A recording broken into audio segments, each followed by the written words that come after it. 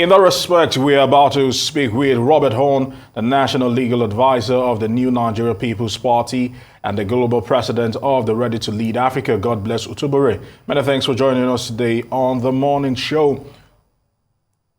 Just last week, to get it started, good morning, gentlemen, and just last week, we actually had off-cycle elections in 3 states here in Nigeria, and more than all, like we've actually seen, and it has become a trend, people have actually questioned the process, questioned the outcome, and questioned the eventual winners of this particular election. Well, gentlemen, let me start with you. God bless. Give me your perception of the just concluded off-cycle elections in Kogi, Imo, and Bayelsa State. All right, thank you so much for having me, and it's good to be back on the morning show, and good morning to Nigerians. Our thoughts as participants, active participants in the process, observing across the 3 states, deploying observers that are accredited by INEC to, a lot of the LGAs, 56 LGAs across the 3 states, different wards and collation centers, as well as polling units. Our conclusion is not unknown to Nigerians. We are not excited about the outcome of the elections. The standard is dropping. The rule of law is declining. And,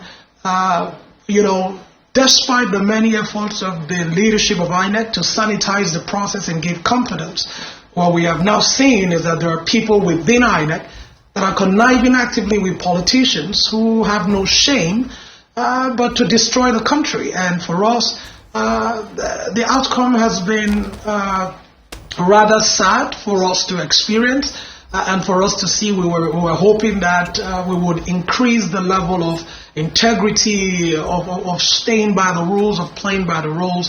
But that is not what we saw generally. Of course, there were areas of improvement. In case of deployment, generally we saw some level of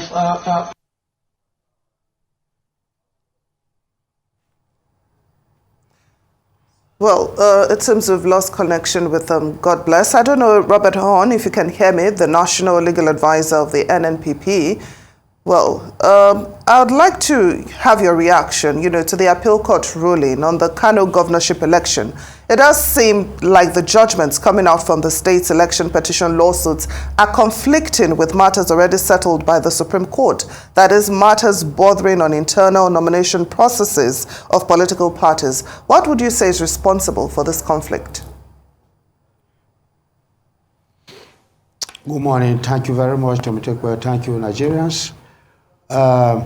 You have raised a very burning issue, conflicting judgments on established principles of law. It is established beyond peradventure that the issue of qualification bordering on Form CF09 is purely an internal affairs of the political party, and it's not justiciable. The Supreme Court has said, the Court of Appeal has said, on the 6th of September,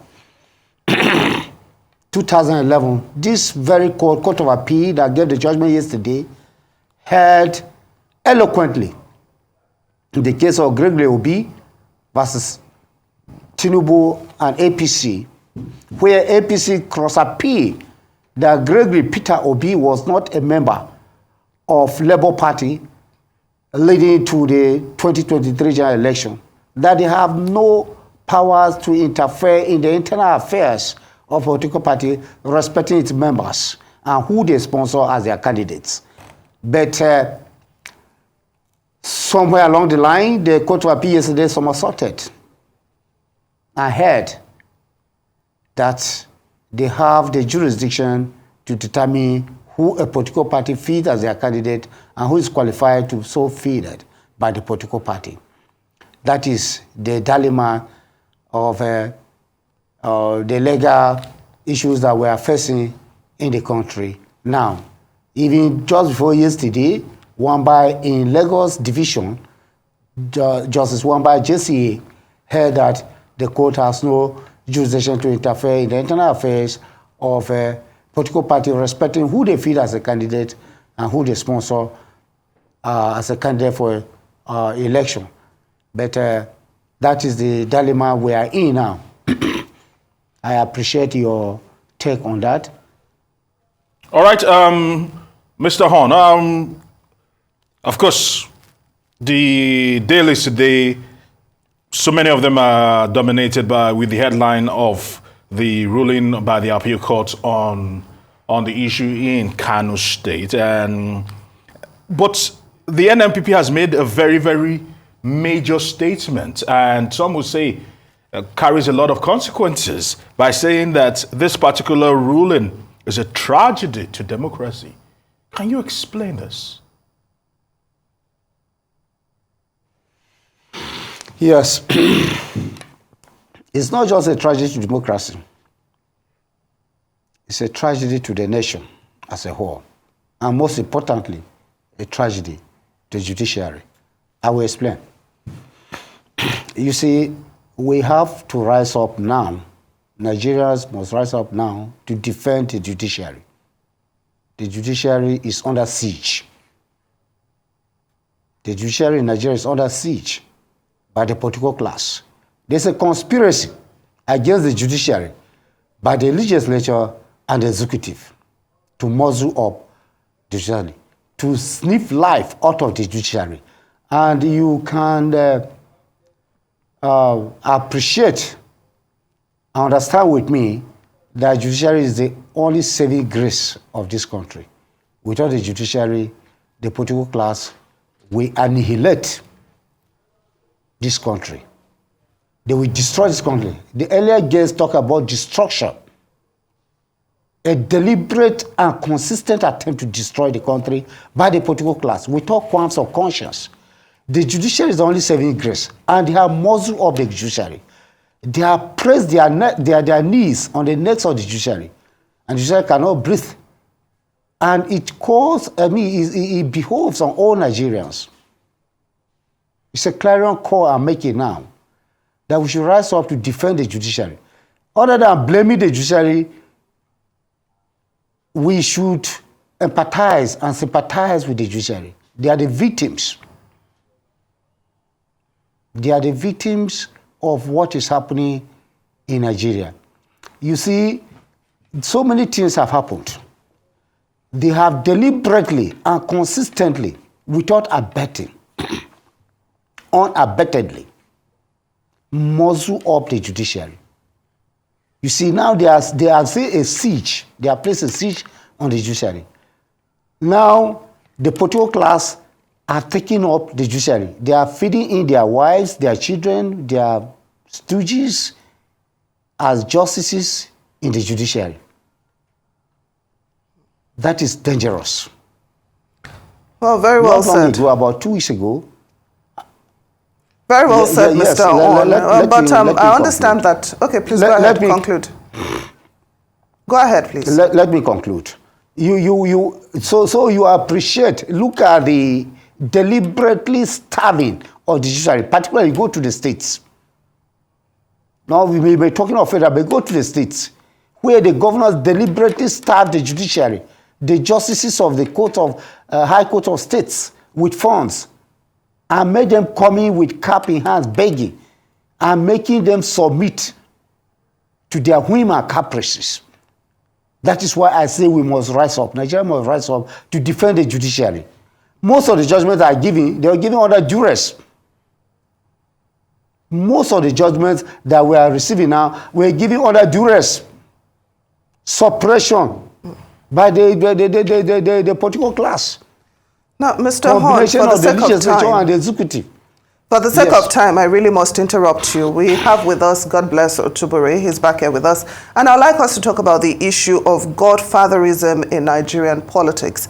We've seen that at play in Kogi State. We've witnessed the rift between Governor Sim Fubara of Rivers State and his predecessor, Nyesom Wike. And even some people believe the issue of godfatherism is also at play, in Kano State, where it is believed the state belongs to a particular person, within the NNPP. What impact does this have on our democracy, and how do we curb it? Well, I mean, when you look at what has happened with the issue at play in Kano, it is quite unfortunate because rather than develop institutions that guarantee the redistribution of state resources to the citizens, that educate the people, that sets the people free so that we can develop as a country. We have strong men that have, risen from Kano that are now putting the state under siege by way of, who can buy judgment the most. It is a travesty. It is a shame. And when you look at what has happened in Rivers with, former Governor Wike and current Governor Fubara, it tells you again that what is the fight about?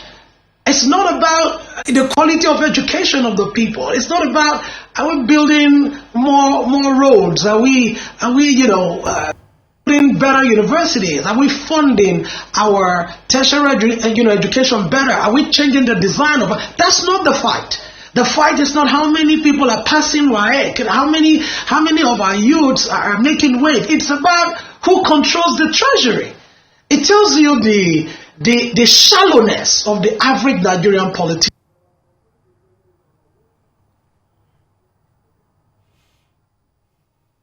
How what not to be a leader looks like. That is why a lot of us don't have them as mentors. We don't have them as people we can look up to.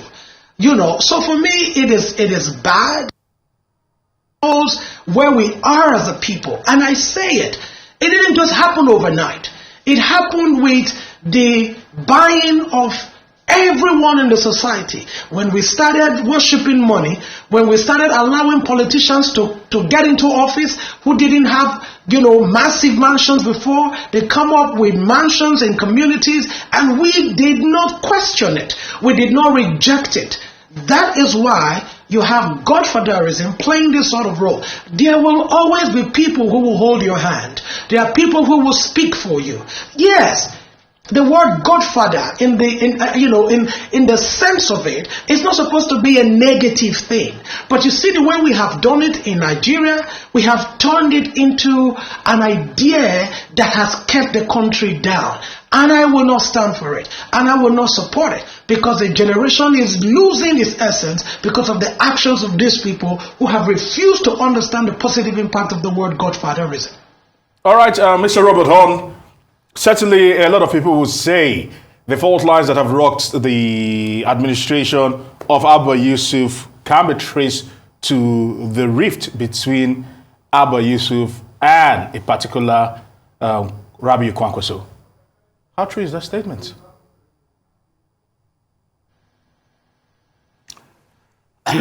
There is no rift between Abba Yusuf and Rabiu Musa Kwankwaso.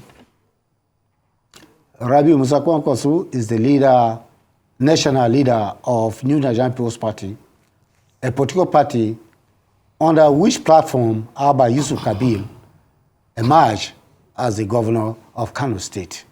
There's no rift, there's a cordial and convivial relationship between Abba Yusuf and Musa Kwankwaso. But they say there's no smoke without fire. So with the reports always going out that the level of cordiality is not at its best, to say the least.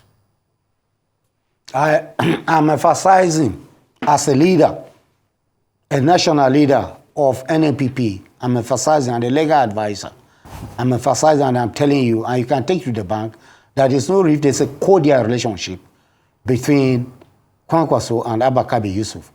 I will tell you that there's a desperation which has been manifested by a certain political leader in Kano State, desperate to take over Kano, and not minding that the lives of millions of Kano indigenes is affected or even destroyed. That is what we have now. Kwankwaso is not the one in court challenging the victory of Abba Kabir Yusuf. Is not the one that is of staging or propagating a crisis in Kano. No. Of course, I'm telling you, as I'm talking to you now, Kano is in peace. Kano is very peaceful. So the smoke you're talking about is unfounded. Maybe somebody has smoked it somewhere else and it's a smooth screen, not really what is happening. But I must tell you, the judgment that was delivered yesterday is my focus today. That judgment is an aberration. It cannot stand anywhere. And I must tell you, even if, as the judgment stands, the most important court of the land is the court of public opinion, and not necessarily the court of law. The court of public opinion supersedes the court of law.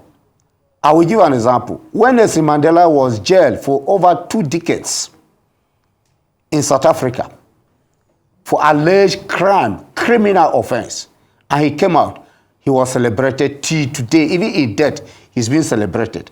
That's an ex-convict. He became the president of South Africa. He became the symbol of development of South Africa. That was an ex-convict. So the court of public opinion supersedes the court of law. So the people of Kano have elected Abba Kabir Yusuf as their governor, overwhelmingly. You can't take that away.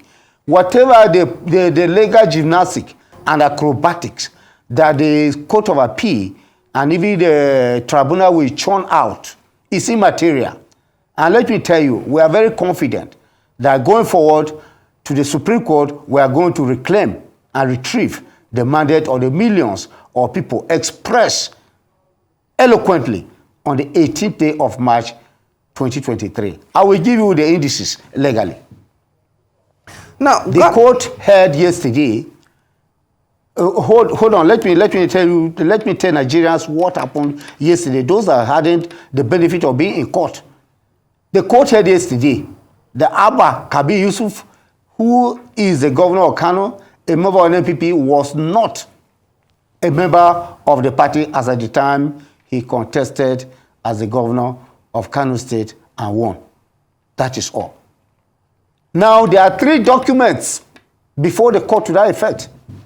The Abba Kabir Yusuf, 2 presented by the petitioner APC themselves at the tribunal. Now they first responded that Abba Kabir Yusuf is not a member of NNPP. The first one was the register of members in Kano State that has the name of Abba Kabir Yusuf as number 1.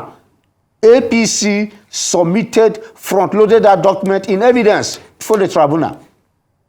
They presented another one where there was no name of Abba Kabir Yusuf. NNPP presented a document, a register of members of NNPP across the federation, which they obtained from INEC, certified by INEC, where Abba Kabir Yusuf was number 56,209 to the tribunal. Those documents are there. The Court of Appeal yesterday choose the one to believe and one not to believe. 9 issues were submitted to the Court of Appeal yesterday for determination. They pick 1 or 2 of it and determine and left the rest. The law is very clear. When issues are presented before the court is duty bound. They don't have the latitude to choose one to determine which one not to determine. But yesterday, the Court of Appeal chose issues to determine and which one not to determine and abandon the rest. So the judicial rascality yesterday displayed by the Court of Appeal is what the Supreme Court is duty bound to manage the damage control, do a damage control, and save the face of the judiciary. And I believe that the Supreme Court is capable and they will do that. They will do just that. Very well said, Mr. Horn. Now, I'd like to move to God bless. Considering the controversy that has been generated by the internal nomination of candidates, what lessons can political parties learn from this ruling, given in Kano State, that can help strengthen our electoral process going forward? That's the first part of my question. Also, what lesson can INEC, that is also meant to monitor the process of parties choosing their candidates, learn? What burden of responsibility should they bear for all the controversies that are trailing the outcome of the election? I mean, this is a very important question. What we've seen in Nigeria over time is a deliberate abuse of the rule of law, of order, of processes. Because the issue at stake, when you look at it, Section 177 of the Nigerian Constitution, and you look at Section 77 of the Electoral Act that talks about the nomination of candidates by parties and all of that. Of course, the Electoral Act 2022, Section 77 says that, a party will present its register not less than 30 days before the elections. Of course, then you have other issues propping up about waivers in parties and all of that. What I now realized is political parties must, as a matter of supreme urgency, ensure that as they go into elections, they must meet the time frame set by the Electoral Act. If the time frame set by the Electoral Act has not been messed up by different political parties, most of these cases may not have even come to court in the first place. Again, that for me is actually one of the ways in which we, curb this crisis of candidates, people saying, this person was not nominated at the right time, this person didn't. And all of this is also because the second part of the question is that INEC, which is the Independent National Electoral Commission, has not stomped its feet to say, look, if this is the guideline and you do not do it when you're supposed to do it, we will have no reason to move forward with this nomination. Let's take case in point. The 2023 presidential primaries that was already set about a year before, when we're going into that election. The same INEC kept moving the dates because of the political parties. Most of them were not ready. We knew some of the parties that moved their primaries just because of internal squabbles that they had. So what it tells you is that the institutions are not strong. I'm calling on INEC. I'm calling on the national chairman of INEC. And I'm simply saying, moving forward, if we set a guideline and a deadline for the submission of names of candidates, if we say that parties must provide a register of all those who they are filling and sponsoring, then it has to be so. Let me speak a little bit about what has happened in Kano. Why is this a little bit controversial? It is controversial. Court, and APC House of Reps member, Dati, from the APC, and reinstated an NNPP candidate, Ekwakonso from APC, and reinstated a Dati from NNPP in the same Kano just 2 weeks ago. And what was the reason for that? That the court does not have jurisdiction over how political parties nominate or fill their candidates. At the end of the day, why are the representatives adjudication? You can say, okay, no, we're sacking an APC person and reinstall an NPP. But you would then say that for the governorship race, clearly, then you don't have the governor who is a member of the parties at the time he was sponsored, because then you go back and say that the tribunal even did not pick this up. Look, it is the fact that we have allowed disorder to become a norm in this country, and my generation is saying enough is enough. We grew up to see that, taking shape. We saw a president who left office after having been defeated. We saw election and people won. The last couple of years, over the last 8 years, we've seen a degradation of the Nigerian democracy in a way that my generation has never seen. And we are calling on every stakeholder. This is not a time to amass wealth because you have political power. Well, Robert Hon, National Legal Advisor of the NNPP, and God Bless Otubere, Civil Society Organizer, thank you so much for joining us on The Morning Show.